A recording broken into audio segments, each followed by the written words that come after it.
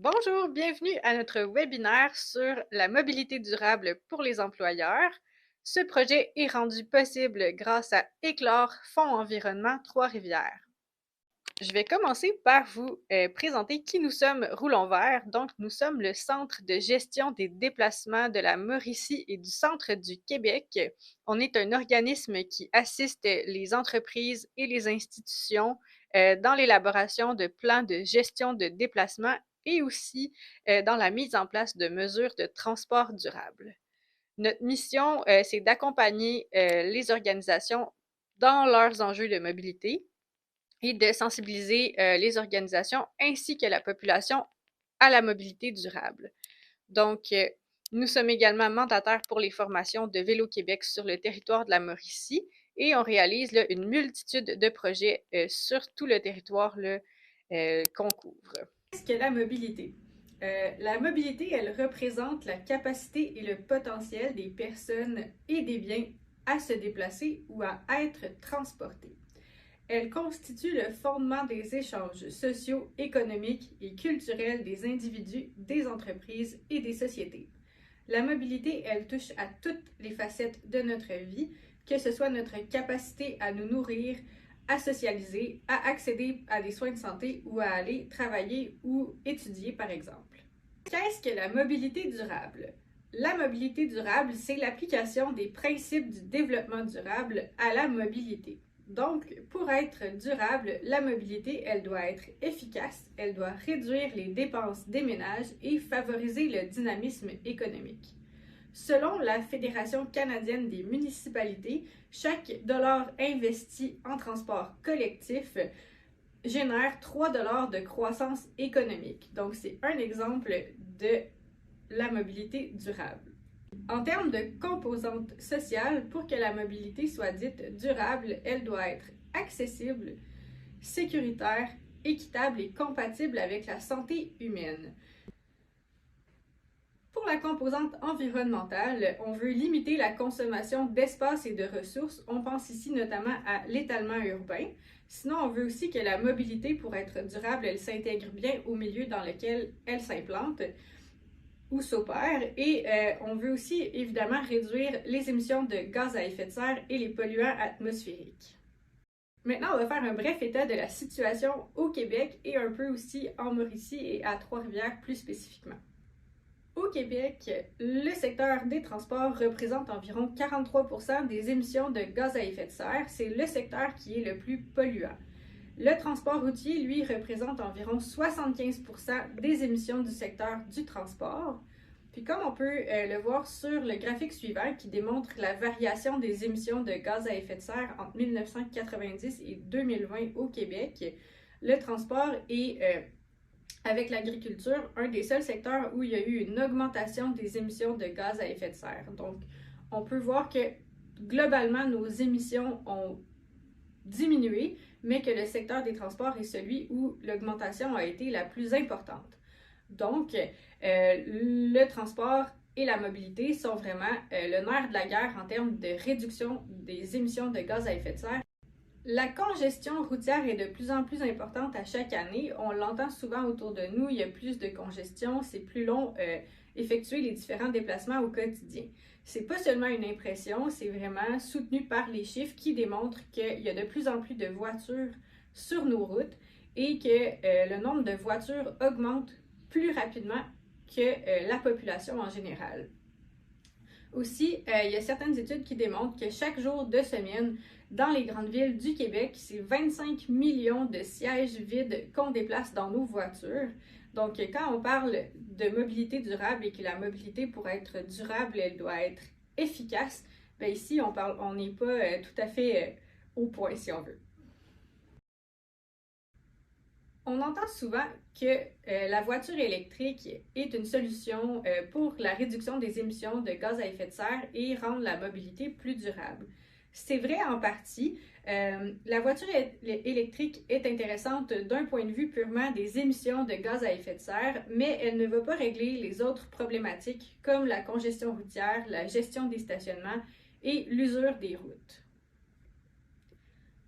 On va maintenant aborder des chiffres qui sont plus spécifiques à Trois-Rivières. Donc, à Trois-Rivières, on peut observer des parts modales d'environ 5% pour la marche, un peu moins de 1% pour le vélo, 9% pour le covoiturage, environ 2% pour le transport en commun et 83% pour l'auto-solo. Ces chiffres-là proviennent du recensement de 2021 de Statistique Canada et il y aura là, en 2026 l'enquête origine-destination du gouvernement du Québec qui va sortir, donc ça pourra apporter des chiffres un peu plus au goût du jour si on veut. Il y a aussi d'autres chiffres intéressants que je souhaitais aborder aujourd'hui. Donc, 84% des adresses à Trois-Rivières sont situées à moins de 400 mètres d'un arrêt d'autobus. Puis la STTR là, a fait en 2024 2,4 millions de déplacements et ces déplacements-là sont en augmentation depuis plusieurs années. Par exemple, en 2022, c'était 1,7 million de déplacements qui avaient été réalisés. En 2023 aussi, il y avait 200 km de liens cyclables à Trois-Rivières et ce chiffre-là est également en augmentation constante. Donc, on peut supposer qu'en 2026, ce chiffre-là est encore plus élevé. Nous allons maintenant aborder les avantages de mettre en place des mesures de mobilité durable dans les organisations. Donc, quels sont les avantages de la mobilité durable? Les avantages économiques sont quand même nombreux. La gestion des stationnements, elle coûte très cher aux organisations. L'entretien d'un stationnement peut varier entre 300 et 650 $ par espace par année si on compte le déneigement, le lignage et l'asphaltage, par exemple, du stationnement.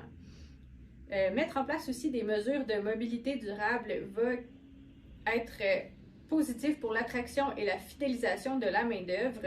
Plusieurs employés là, vont rechercher des entreprises qui vont partager leurs valeurs. Donc, c'est quand même un avantage important aussi. En termes d'économie de société, il y a aussi beaucoup d'avantages à la mobilité durable. Les infrastructures routières coûtent très cher à entretenir et à construire. Aussi, quand on parle de mobilité durable, quand on veut qu'il y ait moins de voitures sur les routes, on peut aussi éviter des accidents, ce qui diminue les coûts de santé, par exemple. Aussi, dans la région métropolitaine, la congestion routière va coûter environ 6 milliards de dollars annuellement. C'est des coûts qui sont très importants. Puis aussi, le coût social d'une voiture, par exemple, à Montréal. Tantôt, on a un peu abordé le sujet en termes de kilomètres, mais là, par exemple, annuellement, le coût d'une voiture, c'est environ 15 250 $ socialement, contre 7 450 $ pour une personne qui utilise le transport en commun. Et le coût pour un cycliste est de 2 400 $ et 2 050 $ pour un piéton. Donc, c'est quand même des différences qui sont très importantes et ces chiffres-là sont calculés là, en rapportant le coût social, donc les investissements par exemple en infrastructure, la surface utilisée par chaque mode et les dépenses privées là, qui sont accessibles et également la congestion routière et les émissions de gaz à effet de serre et de polluants atmosphériques. En termes d'avantages sociaux, on peut penser par exemple à toutes les améliorations pour la santé humaine. Donc, par exemple, pratiquer une activité physique là, va contribuer à diminuer les effets du stress et même on peut parler d'augmentation de la productivité des employés. Selon une étude de TELUS Santé, pratiquer une activité physique peut faire gagner en productivité l'équivalent d'environ 10 jours de travail par année. Quand on parle de mobilité durable aussi, bien évidemment, on pense à moins de polluants atmosphériques qui ont un lien important et démontré avec les maladies respiratoires. On parle ici des gaz d'échappement des véhicules, mais aussi de l'usure des pneus et des freins et d'autres particules comme la poussière des routes, l'évaporation des carburants, etc. Dans le monde, c'est 9 millions de personnes qui meurent chaque année des suites d'une maladie respiratoire en lien avec la pollution atmosphérique. Puis au Canada, c'est 21 000 décès par année. Quand on pense aux avantages environnementaux de la mobilité durable, on pense évidemment à la diminution des émissions de gaz à effet de serre. Par exemple, une personne qui habiterait à 5 km de son travail pourrait économiser 580 kg de CO2 annuellement si elle faisait le choix de se déplacer à pied ou à vélo, par exemple, plutôt que d'utiliser la voiture. Et aussi, dans la région de la capitale nationale, c'est 460 000 tonnes de CO2 équivalents qui sont épargnés chaque année par l'utilisation du transport collectif. On pense aussi, quand on parle d'avantages environnementaux, de la diminution de la pollution par le bruit, la diminution des polluants atmosphériques, comme on a mentionné plus tôt, et aussi à la lutte aux îlots de chaleur et à diminuer l'utilisation des ressources et d'optimiser l'existant. En ce qui concerne les bonnes pratiques, la première étape à faire est d'effectuer un diagnostic de la situation. On peut commencer par faire un inventaire des mesures qui sont en place dans notre organisation.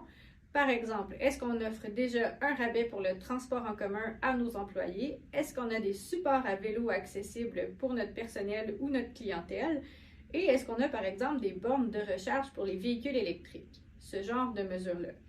Ensuite, on peut élaborer un profil d'accessibilité de notre organisation. Est-ce que le réseau de transport en commun passe à proximité? Est-ce qu'il y a un réseau cyclable qui est prêt également? Ou est-ce qu'il y a des obstacles physiques qui peuvent augmenter la distance ou le temps de déplacement des personnes qui voudraient emprunter un mode de déplacement actif, par exemple? On pense ici, par exemple, à une voie ferrée qui pourrait rendre difficile la traversée d'une route, par exemple. On peut aussi réaliser un profil de déplacement de nos employés, donc calculer les parts modales pour chaque mode de déplacement. Et ensuite, on peut aussi consulter, en fait, on veut consulter nos employés sur les enjeux qu'ils ont en termes de mobilité, c'est quoi leurs freins, quelles sont leurs perceptions par rapport à la mobilité durable, par exemple au vélo ou au transport en commun. Est-ce qu'ils ont un intérêt particulier envers un de ces modes-là? C'est quoi leur niveau de connaissance, par exemple, par rapport au réseau cyclable ou au réseau de transport en commun à proximité de notre organisation? On peut consulter nos employés de différentes façons. On peut faire un sondage, par exemple, en ligne, ou on peut faire des groupes de discussion en personne selon le nombre de personnes qu'on a à sonder ou le type d'activité qu'on veut faire là, en lien avec cette consultation-là. Une fois qu'on a toutes ces informations-là sous la main, on peut faire l'analyse FFOM, donc force, faiblesse, opportunité, menace, avec les différents éléments qu'on a recueillis. Un petit rappel, c'est que les forces et les faiblesses, ce sont des choses qui sont internes à notre organisation et les opportunités et les menaces, ce sont des facteurs externes sur lesquels on a peu de pouvoir d'action. Et ensuite, une fois qu'on a fait cette analyse-là, on peut cibler des projets à mettre en place. Donc, c'est ça la deuxième étape, c'est de se mettre en action et de commencer à réaliser des projets de mobilité durable. La façon de faire, évidemment, c'est de nommer une personne qui va être responsable de mener à bien ces projets-là à l'interne, de réserver un budget conséquent là, avec les projets qu'on veut faire et de rechercher une subvention au besoin parce qu'il existe différentes subventions quand on veut mettre en place un projet en mobilité durable. On peut évidemment choisir un, mais plusieurs projets également. Puis ensuite, une autre chose qu'on peut faire pour se mettre en action, c'est de collaborer avec les organisations voisines si on a des enjeux similaires et on peut mettre nos efforts en commun pour réaliser les projets. Et ensuite, évidemment, on veut élaborer une stratégie de communication pour promouvoir les mesures. Donc, on veut que nos employés fassent partie de la démarche et communiquer avec eux à toutes les étapes du processus. Quand on parle aussi de bonnes pratiques, on veut mettre en place des mesures qui vont toucher à différents modes de déplacement dans le but de répondre à des besoins qui sont variés parce que chaque personne n'a pas nécessairement les mêmes enjeux et les mêmes freins à opter pour un mode de déplacement qui est dit durable. Quelques exemples qu'on peut aborder ici, c'est par exemple de mettre en place un système de retour garanti en cas d'urgence. Donc, par exemple, payer un taxi pour un employé qui aurait fait du covoiturage et qui doit retourner à la maison en urgence. On peut aussi offrir un rabais sur les services de transport en commun, mettre des supports à vélo à disposition pour les employés ou la clientèle, offrir des places de stationnement qui sont réservées aux covoitureurs près de la porte d'entrée ou encore mettre des bornes de recharge à disposition de notre clientèle cible. Donc ça, c'est des mesures qui vont toucher différents modes et qui vont pouvoir là, venir rejoindre différentes personnes. On peut aussi penser évidemment à mettre en place les mesures qui ont été soulevées pendant notre processus de diagnostic et de consultation. Donc ces mesures-là vont être prioritaires puisque c'est celles qui ont été soulevées par vos employés. On veut aussi ne pas oublier ou ne pas mettre de côté des mesures qui peuvent être parfois perçues comme un peu plus originales ou inhabituelles. On pense ici par exemple à certains exemples, mais il en existe une variété là, de ces mesures-là. Mais par exemple, une compensation kilométrique, là, soit un montant fixe ou un montant au kilomètre pour un déplacement qui est actif, qui peut être distribué à l'employé ou par exemple à une cause caritative à la fin de l'année où tous les employés qui ont participé à ce montant-là vont pouvoir choisir ensemble, par exemple, une cause vers qui remettre un montant d'argent à la fin de l'année. On peut aussi offrir un rabais pour l'achat d'un vélo ou une subvention pour l'achat d'un vélo si les employés là, souhaitent opter pour ce mode de déplacement-là. Ou, par exemple, on peut aussi offrir des billets d'autobus pour les déplacements professionnels plutôt que d'utiliser la voiture. Il y a d'autres bonnes pratiques quand on pense à la mobilité durable. Une des choses qu'on peut faire aussi quand on veut entrer dans un processus de mettre en place des mesures de mobilité durable, c'est de revoir nos politiques qui peuvent être en lien avec la mobilité. On pense ici par exemple à une politique de télétravail, une politique de remboursement des frais de déplacement, une politique de développement durable, une politique sur les horaires de travail, par exemple permettre un horaire flexible quand c'est possible, ou encore si on a une politique de stationnement, etc. Il y en existe une multitude également. On peut aussi collaborer avec les organisations voisines pour mettre en place des projets communs, comme on l'a mentionné plus tôt. Ça peut être par exemple pour faire la promotion du covoiturage entre employés d'organisations voisines, donc ça permet un plus grand bassin de personnes potentielles pour faire du covoiturage. On peut aussi mettre en place par exemple un stationnement à vélo ou un vestiaire commun là, quand c'est possible. Ça permet de répartir les coûts puis aussi les efforts de mettre en place des projets en commun. On pense aussi, par exemple, à du verdissement d'espaces communs ou à la refonte d'un stationnement pour renforcer la sécurité. Il ne faut pas oublier également de communiquer clairement aux employés notre démarche à toutes les étapes afin de les impliquer tout au long de la démarche. Donc, on peut penser, par exemple, à les informer sur les mesures qui sont déjà en place ou les mesures qui seront à venir, que ce soit des mesures incitatives ou des installations comme, par exemple, les supports à vélo, etc. On pense ici à des courriels, à un affichage sur des lieux communs, par exemple un babillard dans la cafétéria ou à un message sur un service intranet. Nous allons maintenant présenter certaines mesures intéressantes à mettre en place selon les différents modes de déplacement. Pour le covoiturage, une mesure intéressante est d'instaurer un rabais sur le stationnement si les employés covoiturent. Ou encore, d'instaurer des places de stationnement qui sont plus près de la porte et qui seraient réservées aux personnes covoitureurs et s'inscrire à une application de covoiturage. Il en existe différentes comme covoiturage.ca, Covoiturage Pop ou Amigo Express qui ont toutes des plateformes pour les déplacements domicile-travail par exemple ou domicile-école.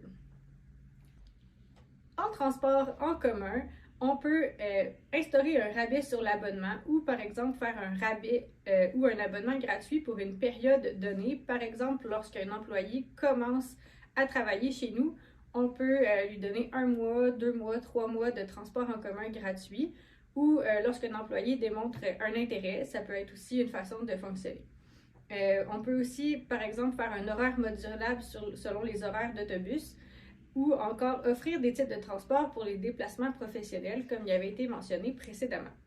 En transport actif et plus spécifiquement pour le vélo, on peut par exemple offrir des aménagements pour les cyclistes, donc des casiers, des supports à vélo sécuritaires ou encore des douches par exemple.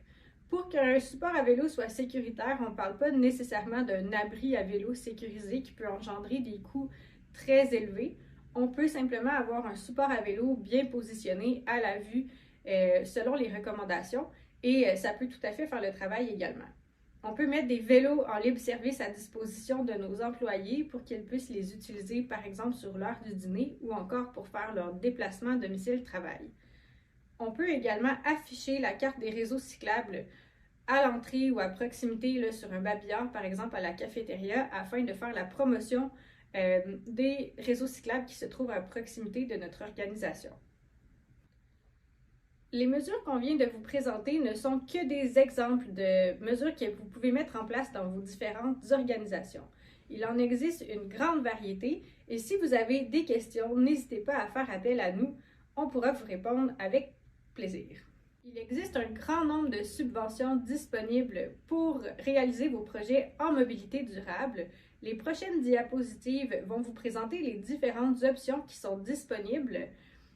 Et si vous avez des questions, n'hésitez pas à aller consulter les liens qui se trouvent sur chaque diapositive selon les subventions spécifiques qui vous intéressent.